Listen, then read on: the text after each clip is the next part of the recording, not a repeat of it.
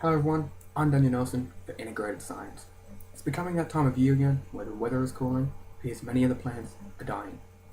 However, some of these plants are dying, but not because of the weather or the climate, but unfortunately by us humans. As the human population grows, we tend to monopolize biodiversity.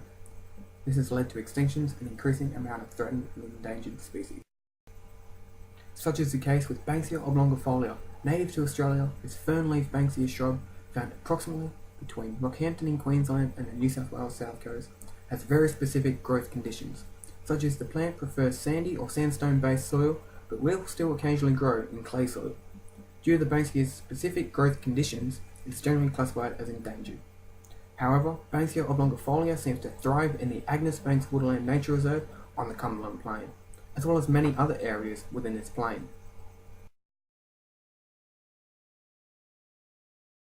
Today in Campbelltown, within the southern limits of the Cumberland Plain, which ecologists would say is a thriving point for Banksia oblongifolia. As you can see, fire has recently passed through this area, and if you come closely, here is a dead Banksia oblongifolia. However, due to the structural lignotuber, we can see that regenerative offshoots of this plant have been coming out.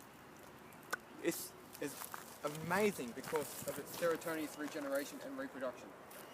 However, due to introducing invasive species such as this prickly pear here, as well as human man-made developments by the car park, Banksia oblongifolia is not found in this area at the moment, even though it is local to the area.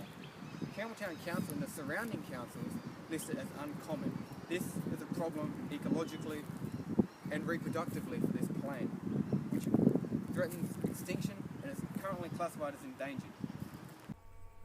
A major ecological problem arises when discussing Agnes Banks, and that is the high sand composition of the soil, which is subjected to sand mining and land excavation.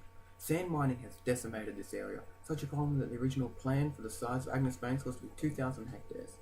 However, due to commercial and business interest in the area, this was reduced down to 620 hectares, but now resides at 100 hectares. This shows the massive destruction of pristine land for the endangered Banksia oblongifolia, land in which Banksia oblongifolia could grow and lay their lignotuber for survival.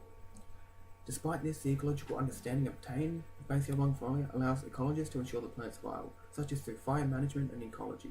The current procedures to ensure the Banksia's survival is through fire management of introduced and invasive species. The practice in the nature reserve is small, controlled, and contained, and is either carried out on individual plants or close local community of the introduced species. This has led to a decrease in the number of introduced species in Agnes Banks. The ecologists understand that Banksia oblongifolia is serotoninous or uses fire to aid in reproduction. A graduated quadrant fire ecology program with a specific time period for regeneration and reproduction has been outlined to help increase population numbers and density in the future. The science behind this is well known, and the practice of fire ecology have already begun on other members of the genus Banksia, such as Banksia ornata. Despite this, the pressure placed on Agnes Banks woodland and in turn on Banksia oblongifolia is the role of the local scientific community to ensure that species like Banksia oblongifolia do not disappear in time, and that we do everything we can to prevent that. Thank you and goodbye.